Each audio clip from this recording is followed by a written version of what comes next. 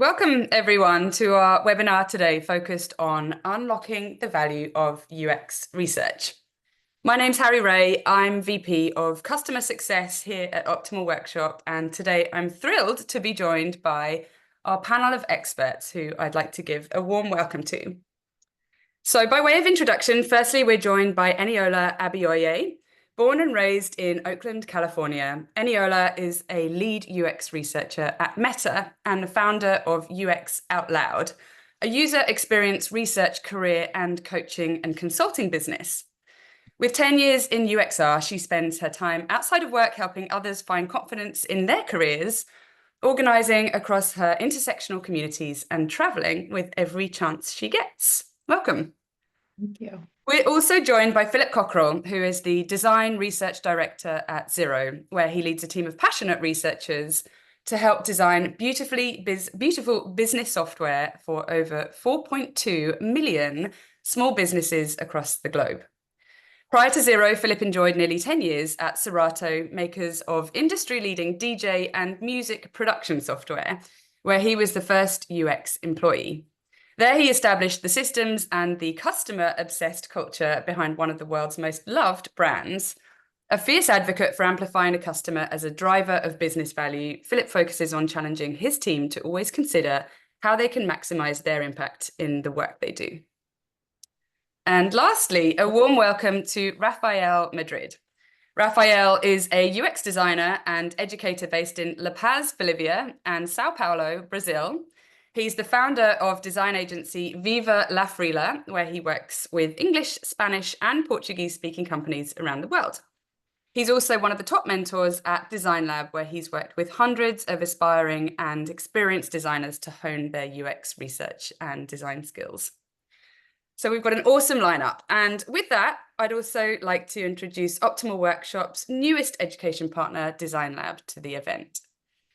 Design Lab is an online education platform that helps anyone grow a career in digital design. Over the last decade, more than 20,000 people from around the world have taken their courses, which combine asynchronous lessons and projects with expert mentorship and peer interaction. Whether you're an experienced designer looking to level up, an aspiring designer looking to launch your career in design, or a design team looking to help your team grow, Design Lab has programs for you. And very generously, they've offered attendees of this event $100 off on their courses by using the word optimal, and that's all in capital letters. All right, now to kick things off, I'm excited to share some of the great insights from our recent Value of UX report.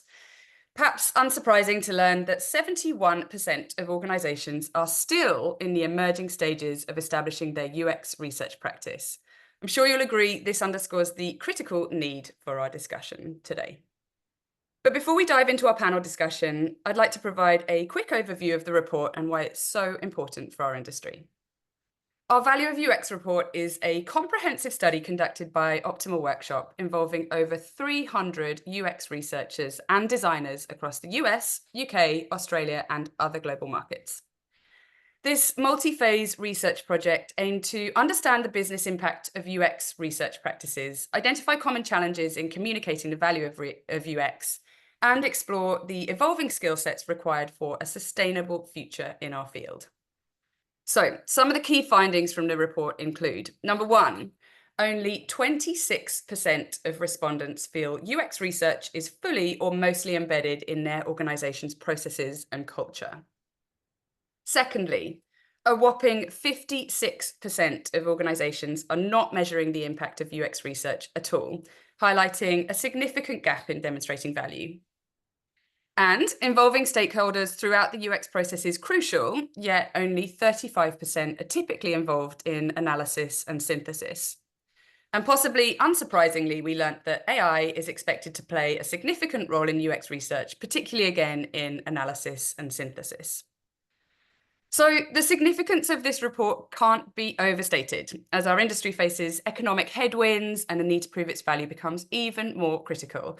These insights provide a roadmap for UX professionals to better communicate their impact, integrate their work into organizational processes, and prepare for future challenges and opportunities.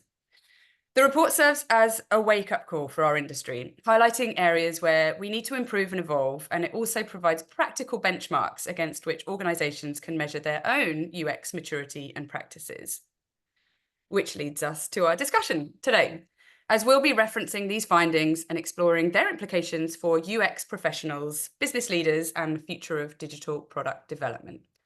So today we're going to hear from our experts on how these findings resonate with their experiences in the field. So, our report found that the UX industry is in a state of flux, with many professionals describing it as chaotic and confused, with only 54% of respondents saying that UX research is only somewhat embedded in their organization. So, let's explore what this means for our practitioners. So, to put it to our panelists, Eniola, we'll kick off with you. So, what does fully embedded UX research look like to you? Yeah, thanks, Harry.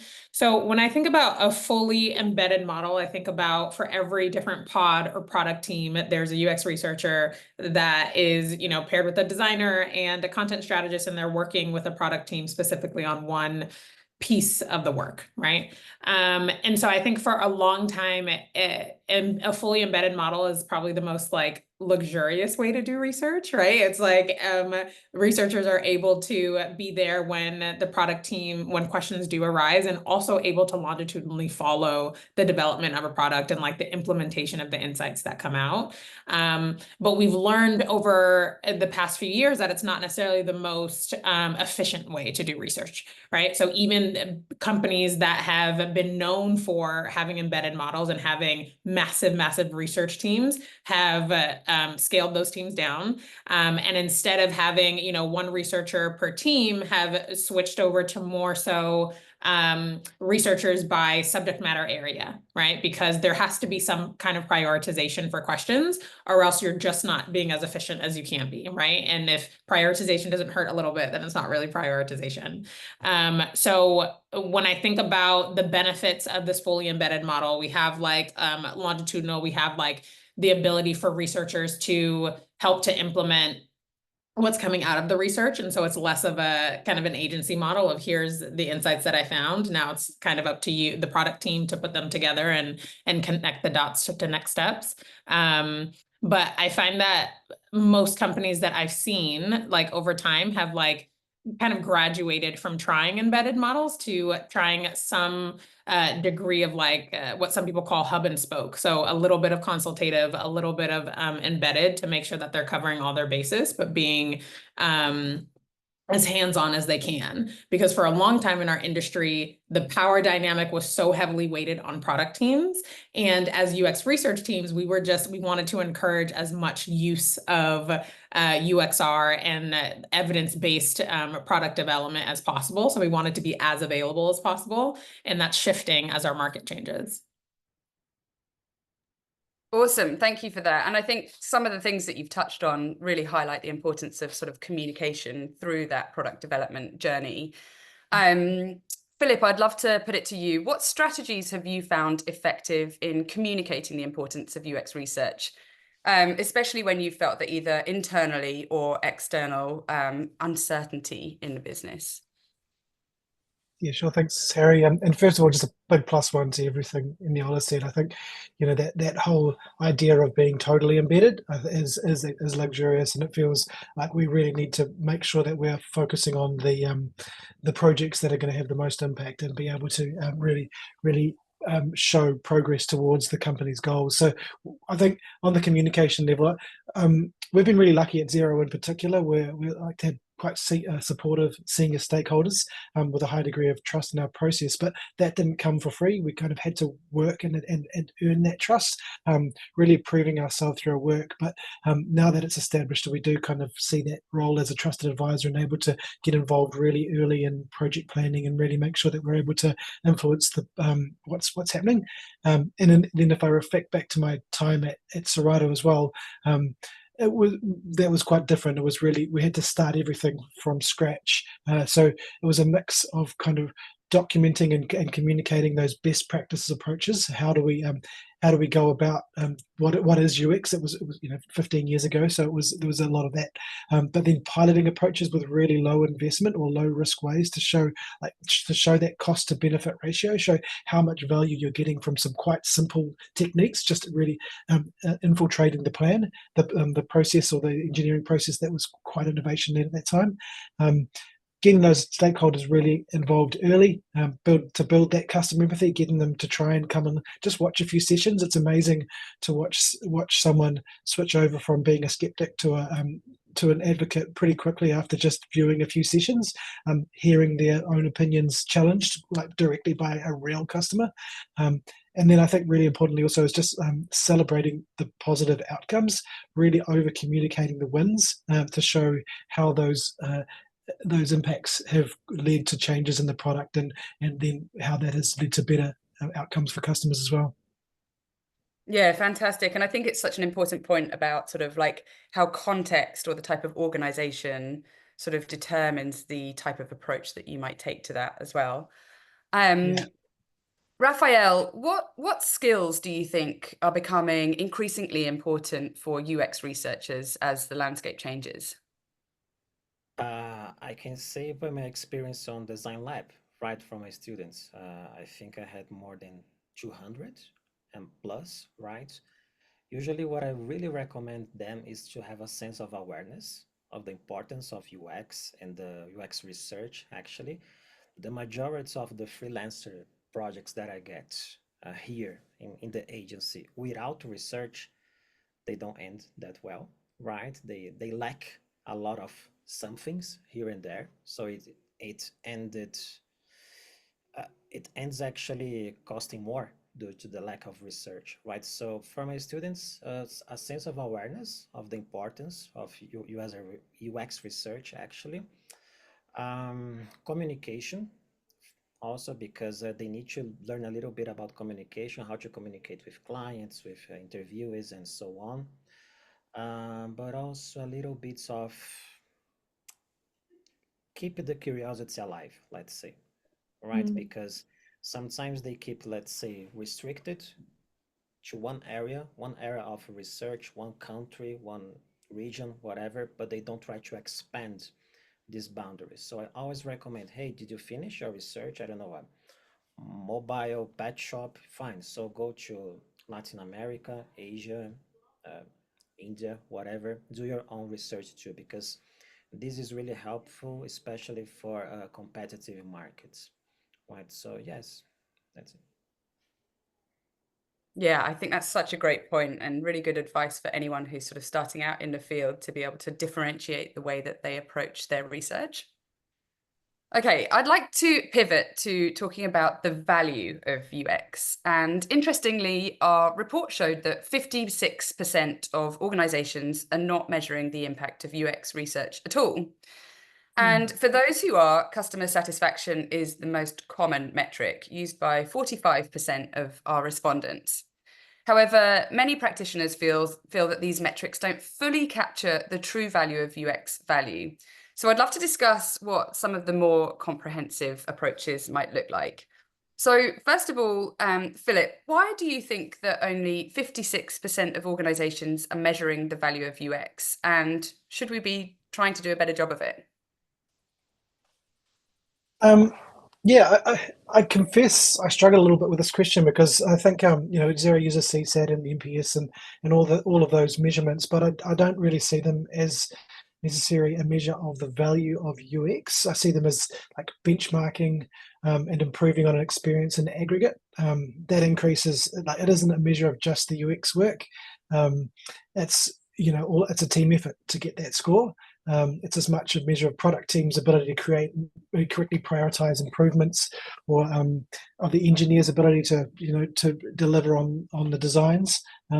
So I guess at an outset, I think measuring the value of UX is more about tying the UX goal, the UX measurement to the business outcomes or the goals that the business is trying to work towards. So like things like it could be a percentage of conversions, or it could be a dollar value number, or it could be any of those metrics that the business is saying, like, these are the things we're going for.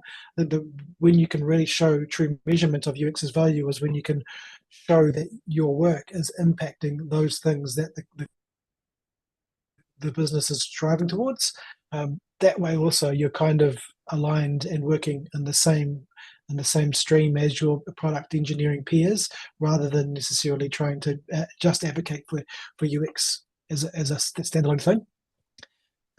But yeah, so so back to the question. Sorry, but I think if you wonder why only 56% of orgs, I wonder if that just kind of reflects a bit of a differing approach to measuring UX, or maybe even not even acknowledging that it is important to measure the value of UX sometimes, and that's more about making sure that UX is contributing towards the business goals. Yeah, for sure. I think it's you make a good point about it's sort of a team sport, right? So it's very difficult to isolate how UX specifically has had an impact on the overall sort of business metrics. Eniola, what metrics have you found most effective in demonstrating the value of UX, and whether that's sort of metrics or more broadly sort of ways of tying the outcomes to business goals? In your experience, how have you been effective in doing that? Yeah, so I think deciding on the metrics that we're using to measure the success of UX or like of the product team is also a team sport. And so at the beginning of every project, or kind of during the road mapping season, we're scoping the projects, or like the gaps in knowledge that we want to understand. And like in that scoping process is aligning on which are the metrics that we're most intent on tracking and the ones that we're most intent on changing, and then kind of relating or designing the research to report on those metrics, right? So like part of the like age-old conversation has been, how do we get product teams to utilize the insights that we use? And one of the ways is to build out the insights that are most useful, right? By aligning on like which metrics are we most interested in seeing change. And this looks like there are metrics all over the board, from like customer satisfaction to actual behavior. And when we think about research methods, right? Because it depends on the project the type of product that you work on, but because I work on a product that has existed for a long time and is being iterated on, I tend to skew towards behavioral metrics rather than attitudinal metrics. So customer success metrics, we're looking at the subset of people who have had such an extreme experience that they're willing to participate in our surveys. But I'm more interested right now in like behavioral metrics. So like, what are people doing on the platform, and how is our usage changing, and how is that being impacted by the changes that we're making to the product? Fantastic. And you mentioned behavioral metrics and attitudinal metrics. Can you give us an example of what an attitudinal metric might look like? Yeah, so I see attitudinal metrics as things like NPS, like reporting on how, like, the ease of something or the usability of something. I see behavioral metrics as kind of system usability scores, or just volume, and how that changes based on the analytics you're looking at of your product. Got it. And then do you think that the context of the business and the type of research that you're doing should drive the type of metrics that you're looking at? So you mentioned sort of a bias towards behavioral metrics. Is that because of the type of business that you're operating in, or is it to do with sort of industry trends? Where would you say that sort of comes from? Yeah, so it's not the type of business and it's not the industry, but it's where the product is in its life cycle. So if I was working on a V0 product and building something from scratch, I'd be very much so skewed towards attitudinal metrics, because it's harder to measure behavioral change on something that hasn't been released yet or has only been on the market for a little while. So where the product is. Fantastic. All right, excellent. Raphael, I'd love to learn from you. What challenges have you faced in quantifying the impact of qualitative research? And perhaps I should even start with, do you believe in quantifying the impact of qualitative research? A good question, actually.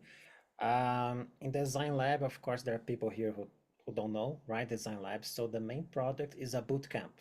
So we go like using Google Design Sprint, right? Methodology, uh, mainly, right? So we start with research, all kinds of research. They learn all types of research and they finish with a prototype, right? And phase two, they create their three prototypes, right? So once they create three prototypes, they also go actually through the three research processes. So my main challenge there actually is to make them aware of the importance of research.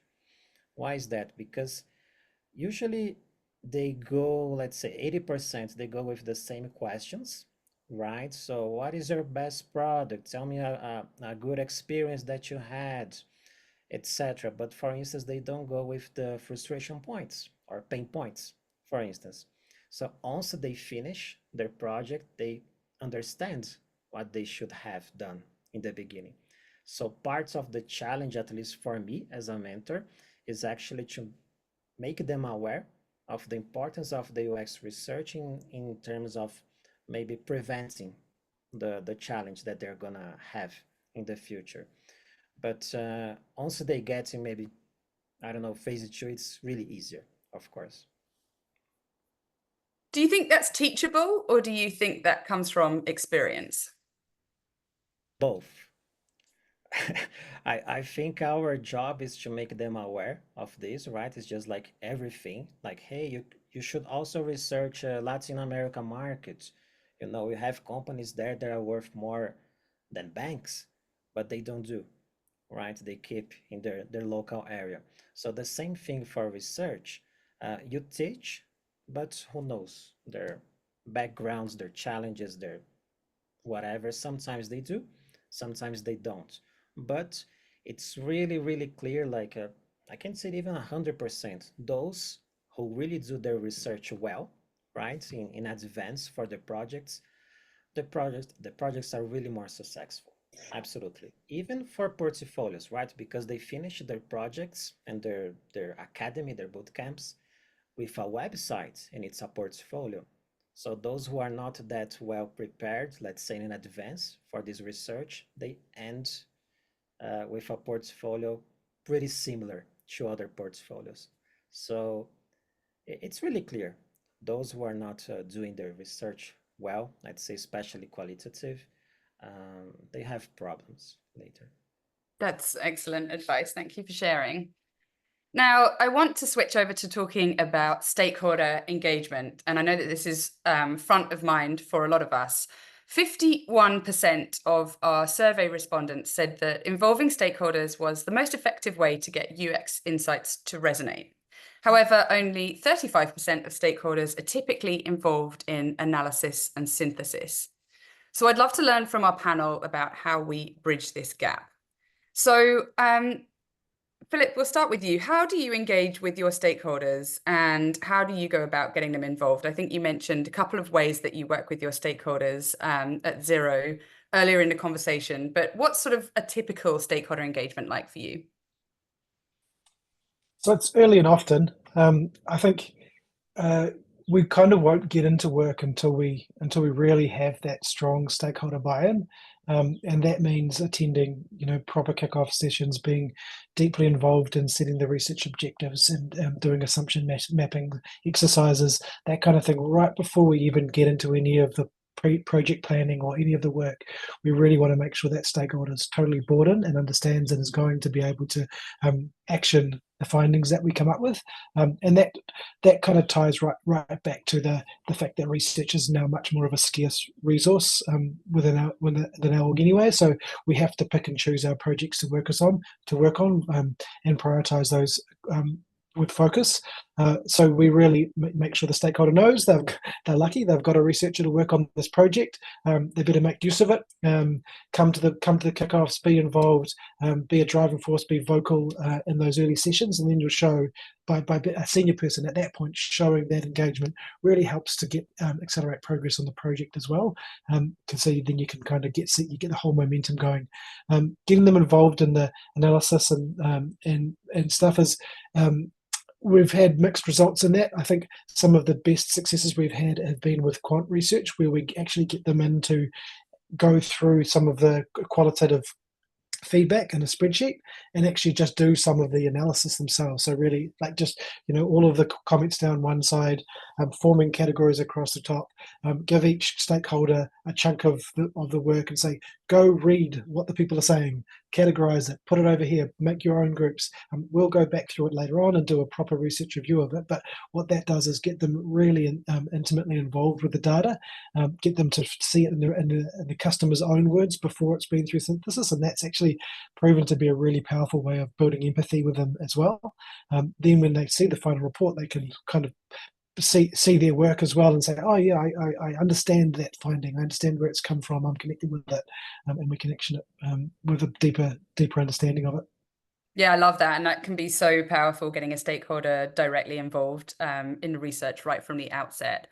So I think that's great advice. I'd love to know, Philip, whether you've ever had the challenge of sort of a stakeholder just not wanting to engage, and how you've sort of managed to get them engaged from the beginning of a project, and sort of some of the tricks that you've used to do that. Well, yeah, we have. I mean, everyone's really busy all the time, and so I think it's not. I will say we are quite lucky at Xero with stakeholders wanting to be engaged. Whether they can be is a different story. So most of the time we can get them engaged, but on occasions we haven't. We just make sure we do everything. We wrap everything up. Like if they can't be at a kickoff meeting, for example, do really direct communication with them afterwards. Say, this is what was spoken about. These were the objectives we agreed on. This is, speak up now. I'll call you like later in the week just to confirm, something like that. So just really making sure that you've come full circle once they've missed something. If they're actually not engaged in the work, I would probably go as far as questioning whether we should be doing the work at all. And then if it's, say, a more junior PM who's requesting the work and the senior leader is dubious about that or not willing to commit time to it, that's a bit of a red flag for me. So I will try and pick that apart, trying to understand, why is there a mismatch in expectations? Are we not aligned on what we're working on here? Why not? And then can we pivot the approach of the project? And in doing so, we may be able to bring that stakeholder in or highlight the need for it that the PM has been struggling to communicate in the first place, and then try and bring them into the work.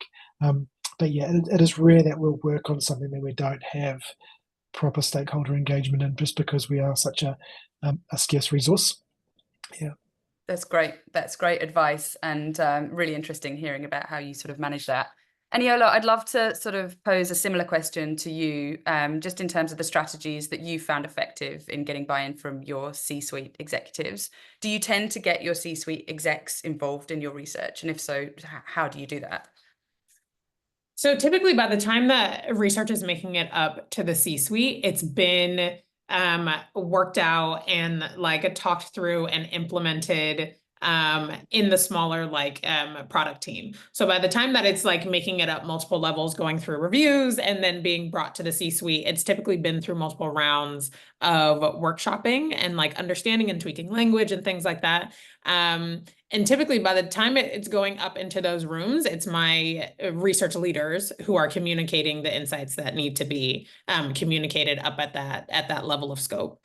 I think a strategy that's been helpful in kind of making sure that it makes it there has been helping teams to connect the dots from the insights to now the opportunities that are available within our scope of the product. And so I found that the hardest part is going from that point to from the point of insights to implementation.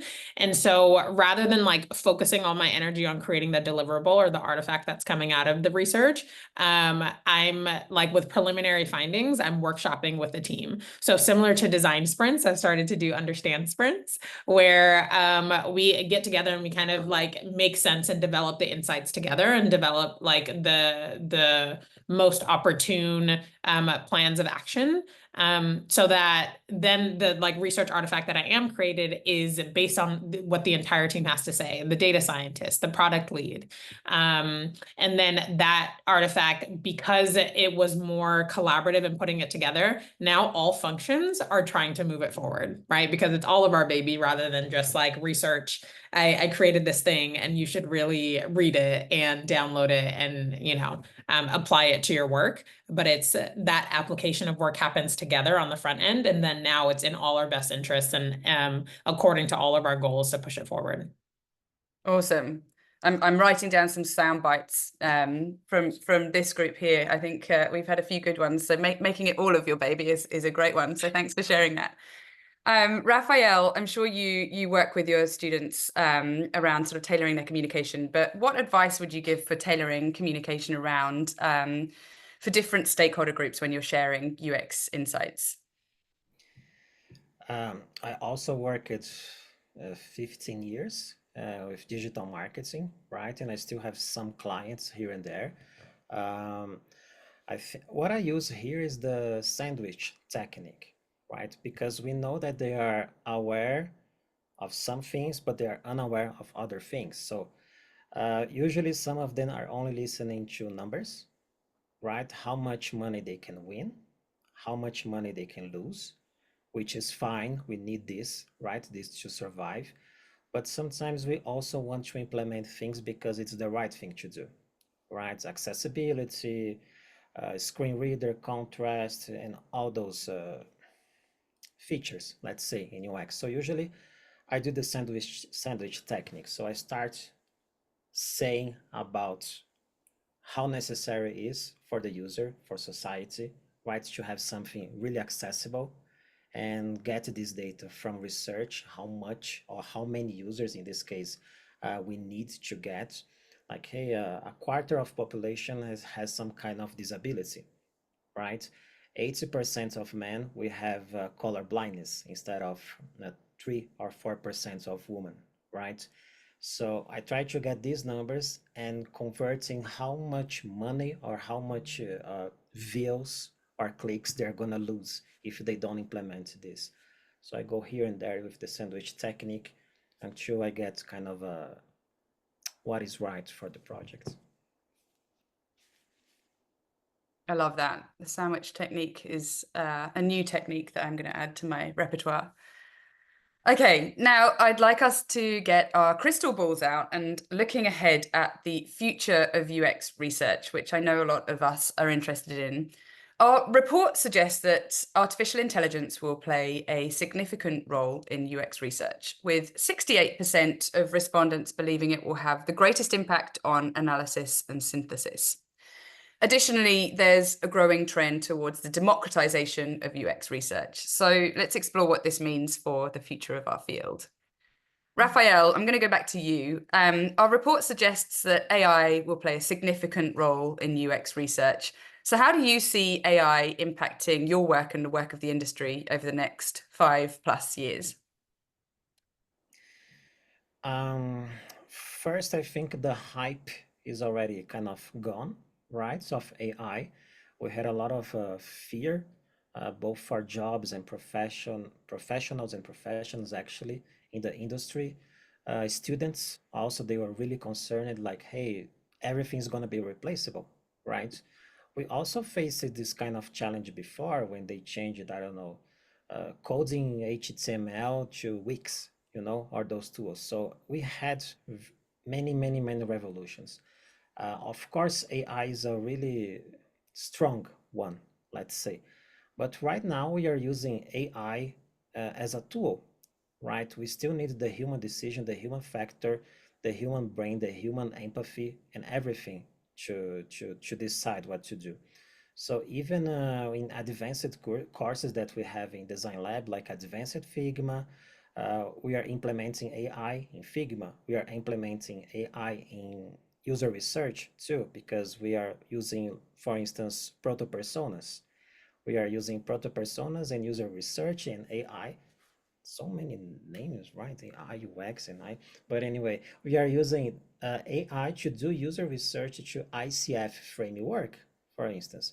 So we get the data using user research to understand, for instance, what will be the impact of a person with that, I don't know, after having a stroke, right? And they have only one hand that is really, let's say, 100% useful, how this will impact in the application, in the video game, in the software, in the website. So even though AI is there, for now, is a tool. I think we need to learn and to embrace this technology and use together in our daily basis. We are teaching and encouraging every single student to learn. Yeah. Sorry, Eniola, were you about to say something then? Yeah, I like, obviously AI and UXR is a really hot topic right now because it's here, right? Like, it's not even just like on the way down the pipeline, it's here now. And I think it's like with most innovations or most like big shifts, like it's going to be uncomfortable. So as UX researchers, we've talked about the things that feel pretty comfortable, like AI helping with data synthesis and even some like preliminary insight development. But AI isn't just coming for the tasks that feel safe. I'm like experimenting with a tool that is using AI as a moderator. And so when I first heard of it, I was like, that just seems like too far. Like, moderation is like such a human part, and creating a holding space for people to share intimate experiences and share, expressions and read body language. That just seems like one of the most human pieces of UX research. And so I've been like playing around and seeing how this is, because when I think of conversations, I think about the dynamic ability to follow along the paths that the users are really passionate about or feel something about, or have a lot to say about.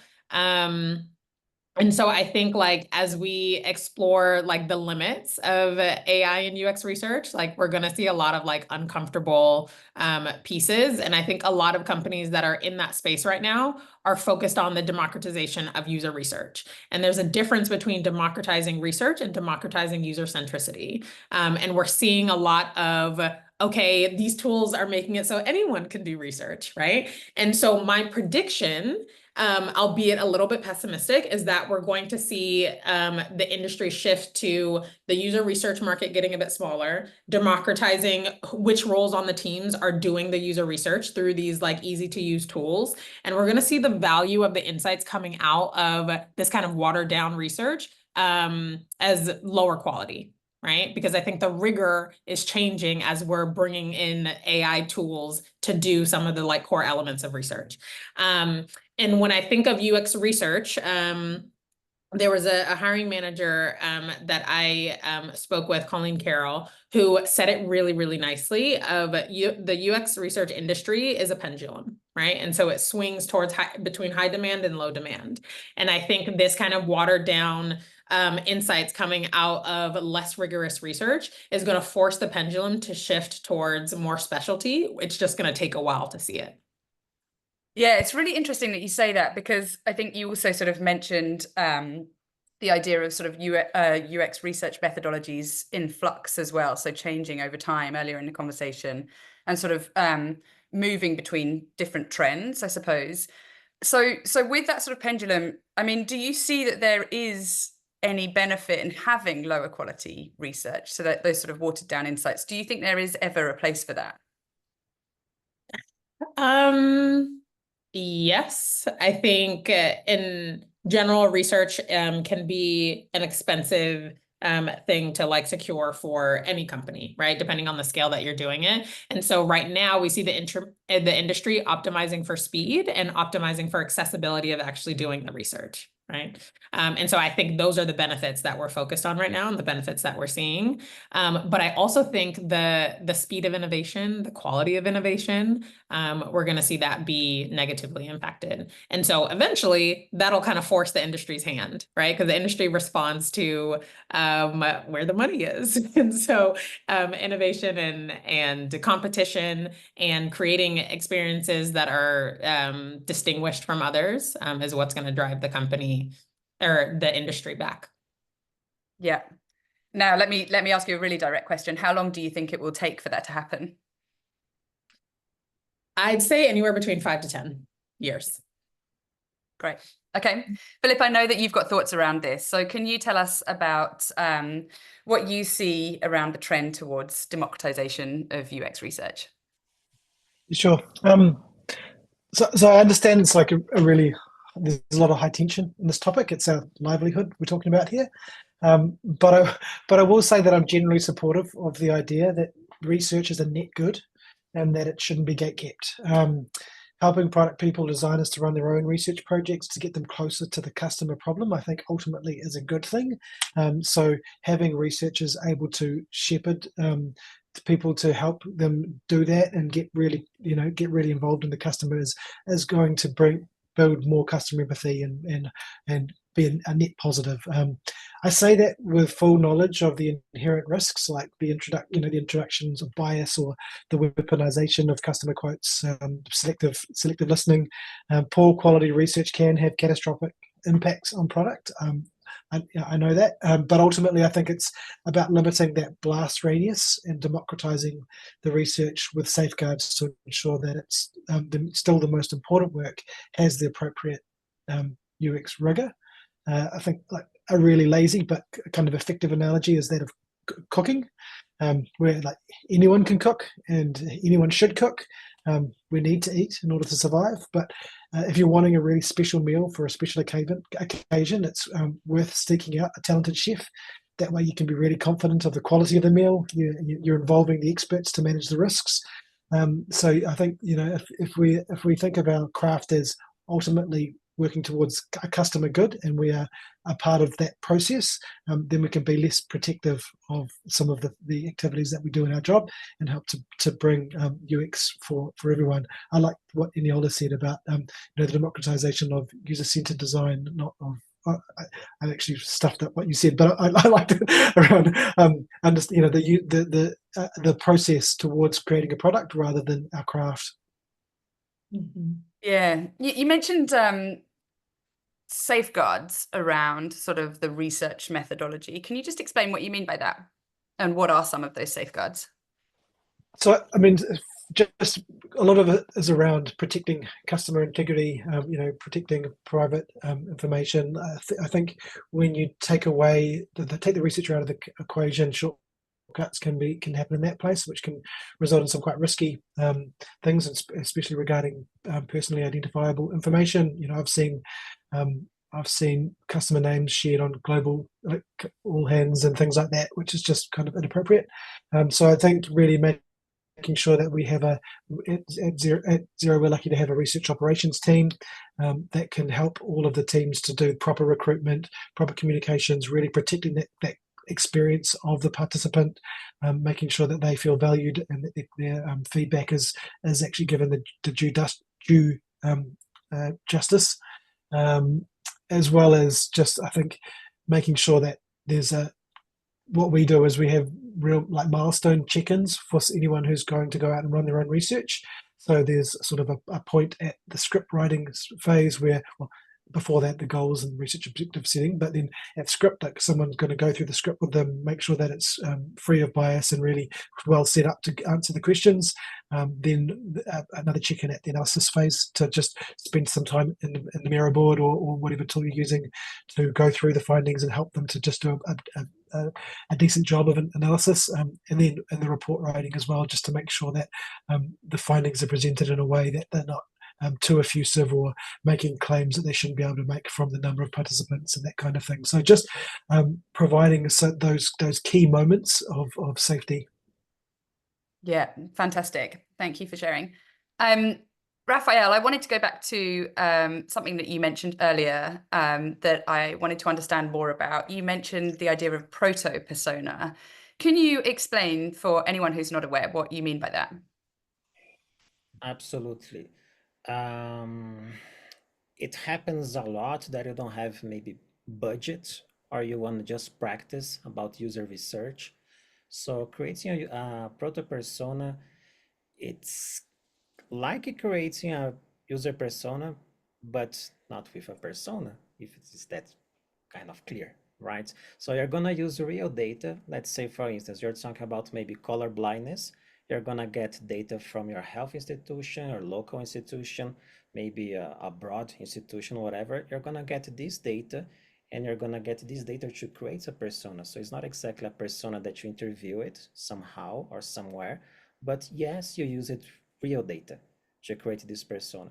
So you can get real data, real statistics without maybe having that much of a budget. If it's, you cannot spend that much of time and resources in general. So proto-persona is a way to create a proto-persona with real data in order maybe to have some estimatives of a project, maybe have maybe think about the first steps of a decision without maybe spending or maybe risking too much. Okay, thank you for explaining. And then on a slightly different track, we've had a question from the audience that I'd like to come to. They've asked about AI synthetic users. So is that something that we advocate for? Is it something that we do? And if so, when and how should they be used for UX researchers? And I'll put that one back to you again, Raphael. It's a good question. I think as long as you are using real data, you can use AI, right? So you can go to ChatGPT. I use the Google one, the Gemini or Gemini, I don't know. You can get real data from this AI, right? So hey, can you please provide me, I don't know, the percentage of protanopia color blindness men in Europe? And you get real data from real institutions, right? So in this case, it can be even actually faster, right? Just making sure of maybe a couple of things. If the AI is getting from reliable places, right? Of course, official, governmental places, and make sure that the data is updated, because some of the engines, they don't have like a 2024 data, right? So make sure that you're getting data from updated data. But I think it's totally valid, at least for a first part of the research, at least for a first step. If you have a small team, if you have a small agency, if you are a freelancer and you are creating maybe a proposal, right, for a client, so you can get some data from AI, and it's not going to be really fast. But at least for now, the user research maybe one-on-one, let's say, even if it's recorded, it is super valuable. Awesome. Eniola, I'm so glad you put your hand up, because I'm dying to know what your take on using AI synthetic users were. So if that was what you had your hand up for, please go ahead. Otherwise, please jump in as well. Yes. So when I first heard about the idea of using synthetic users, I was like very much so not on board, because the point is to discover new things, right? If we're going to innovate around something, we need new information, not just what's out there. But now, thinking, like, seeing some ways that it has been done, I agree that it is useful depending on the time and the place. Like almost everything is okay depending on the time and the place that you're using it in. And so when I think of synthetic users, I think of like literature review, right? So if you're interested in have a broad question and you want to see what's out there already, I think synthetic users is a great way to do literature review and to collect really quickly what we know already about a thing and what are some of the existing gaps in knowledge. I think it's hard to think about a research project that's supposed to like inform some high level iteration or inform a product build and stopping with synthetic users. I think if there's new information that we want to gather and we're going to like put a lot of weight into using it, we should absolutely be talking to real users who have contextual experience and relevant experience to share. But I think if we're looking to very like quickly ramp up, or there's a company that doesn't have a lot of resources to dedicate towards research, then I think synthetic users is a really good way to start to at least pull down some of the evidence and some of the common experiences that they should be incorporating into their like very new product development. That's great. Yeah. And I sense that there's sort of, it's perhaps a slightly controversial area, talking about sort of synthetic users and so on. Eniola, I'd love to ask you a slightly different question, just around sort of the future of UX researchers and what you think the skill sets are needed in UX research to evolve and ensure that UXRs are staying relevant in the future. Mm-hmm. So I'll preface this with saying that product research and market research are distinct practices, right? But when I think about a skill set that stands out, it's marketing. Like knowing how to not just do the research, but also like taking the insights and spreading them across and having people like recognize the value that they deliver. That's all marketing, like running a campaign after doing a research readout and getting it into the places that it needs to be and speaking the language of the stakeholders that you're trying to move things with or get to digest those insights. All of that is marketing. And so essentially any researcher should have that background if you want to drive impact. It's more than just doing good research. That is such a great point. I love that.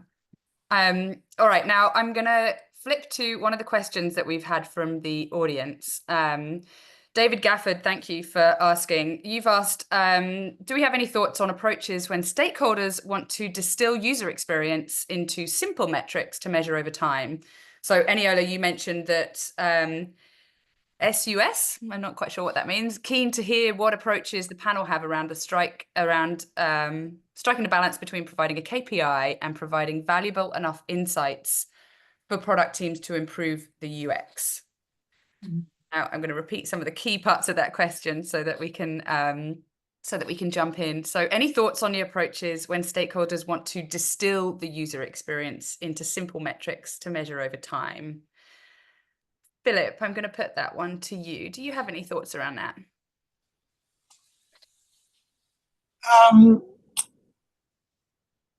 So we're going through this at the moment.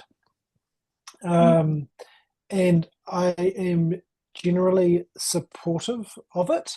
I don't think that you're ever going to get it perfect, but understanding and having metrics that you can track in a ongoing way, like whether it's SAS or CSAT or NPS, they do give they give you a trend line that you can dig into with more research and almost like a starting point for a deeper dive. NPS obviously has its problems, but we are in the process of being much more rigorous about the way we measure our user experience using CSAT and other metrics. And I think I think it's worth looking into why the stakeholder is asking for these questions and what is driving them to seek that kind of evidence-based approach to the improvement of the user experience.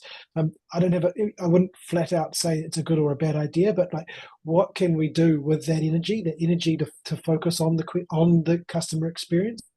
The fact that the stakeholder is that interested and wants to know these things is a great indicator that they're invested in improving the experience, that over time you'll be able to kind of grow and build that relationship with them to do the other work that might be required to actually action some of the things being found. So yeah, I think I would, to summarize, I'd say it's not about like taking that measurement and saying we've clocked it, like that measurement is improving, therefore we're doing better. It's about using that as a way to start deeper conversations and making sure you involve the opportunity for the whoever's filling in the surveys to talk through their insights and then to dig into the specific ones that are going to be of more interest as well, and just using it as a gateway to really get closer and closer and closer to the customer.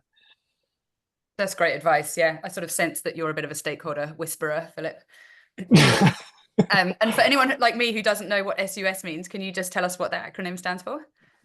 It's the system usability score. Oh, there you go, Eniola. Great.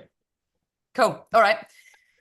So just as we wrap up our discussion, I'm going to ask our panelists to share some final thoughts. We're going to have a bit of fun with this and do a rapid quickfire round. So Eniola, based on our discussion today and your experience, what's your top piece of advice for UX researchers looking to demonstrate the value of their work? I would say understand what your stakeholders value and then communicate it using that same language. Fantastic. Philip, if you could leave our audience with one key takeaway about measuring and communicating the impact of UX research, what would it be? I would say connect in with your peers to understand what's important to them, and then connect your work to that, so that so that what you're doing is moving the metrics that everybody cares about, not just what researchers care about. Fantastic. And Raphael, looking to the future, what do you believe is the most important thing that UX researchers should focus on to ensure that their work continues to be valued and impactful? Interesting question again. So I think that should be prepared, right? Because just like you were taking notes of my sandwich example, I'm taking notes of Philip example of cooking, right? So it's okay, you have new technologies that can maybe answer a couple of things or maybe many things in a couple of seconds, but the results are not the same, right? So the professionals and right now even students who are studying user research or UX in general, they should be prepared because the core of their knowledge is okay. They're going to keep the core of their knowledge, but the tools and the technology are going to change and the goals are going to change. So stay sharp, right? Stay curious. Don't lazy is a really strong word, but I don't know any other word that is really uh, here for this. So just be curious, study, right? Don't go out from your comfort zone. That's the thing, right? So if you're a professional, if you're already established in your professional, keep studying. Study more. You can always do more because the technology are gonna change, but the core of the knowledge and the goal is gonna be the same. I think that's great advice for anybody in any stage of their life, Raphael. So thank you for that. Now, I'm going to ask this question to everyone. In one sentence, how would you summarize the current state and future potential of UX research? And Eniola, we will start this one with you. And in one sentence, I'd say right now the industry is optimizing for speed and accessibility, but specialty is always necessary. And so even if right now that's not our top focus, it will be. Brilliant. Raphael? Right now, I think it's evolving and adapting. Right, so we need to, again, stay sharp because it's adapting. Research will always exist, but maybe the tools, maybe the goals, maybe the challenges are going to be different. So we as humans, we need to be prepared for this. Absolutely. And you make it feel like it's a really exciting time for UX research. Philip, what about you? How would you summarize the current state and future potential of UX research?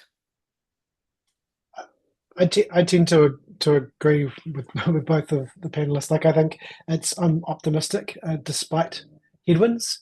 I think that some of the work we do is more important than ever now as we get into the margins of experiences, and it's not about a lot of new innovation all the time anymore. So how do you get those marginal gains? Research will be super important in that space.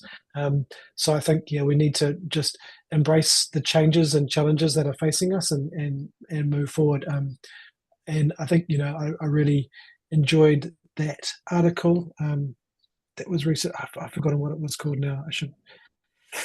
The UX Reckoning is coming. I'm not sure if you've read that article, but I really enjoyed it because I think it painted a path forward, not just highlighting some challenges, but talking about optimizing our time at the interface and optimizing our time at the strategy, and really not getting too caught up in the middle research. I think that's something we can all learn from and take into our work. Brilliant. That's not one sentence. That's okay. We can do 2 or 3 sentences here. That's great. Thank you so much all for your valuable insights. Just to summarize a couple of the sort of things that we've talked about, I think there's been some really good discussion and definitely some fantastic sound bites. So thank you so much for that. We started off talking about the fact that embedded UX feels luxurious, which I think is an excellent way of putting it. We also talked about measuring the value of UX and the fact that it's not just about the value of UX, but it's really a team sport across product development teams. We also talked about metrics perhaps being determined by the stage in the product development lifecycle, as opposed to sort of thinking specifically about sort of what UX research metrics should be. We talked about anticipating what the outcomes are before we jump straight into sort of design and research goals, but actually sort of almost working backwards to really understand what we should be measuring. We talked about making it everybody's baby and communicating what those insights and outcomes are as a group, and making everyone feel that ownership towards their insights. We also talked about democratizing research versus democratizing user centricity, which I thought was a great point, and whether there is a place for lower quality research, and this idea that we're perhaps on this sort of pendulum swinging between different modes. And I think there was a really good point about staying relevant by marketing your research. I think it's so important that we can all talk about what we do and the value of what we do. And that communication aspect is sort of a part of everybody's job. So thank you again to our panelists. Your perspectives, combined with the findings from our Value of UX report, provide a really comprehensive view of where our field stands and where it's headed. I think we can be optimistic about that. So with that, I'd like to extend my heartfelt thanks to our fantastic panelists for sharing your expertise, and also to our audience for your engagement. So thank you so much. I hope that this discussion has provided you with some actionable insights that you can take back to your work to enhance the value and impact of UX research in your organizations. Thanks, everyone. Bye. Bye, everyone.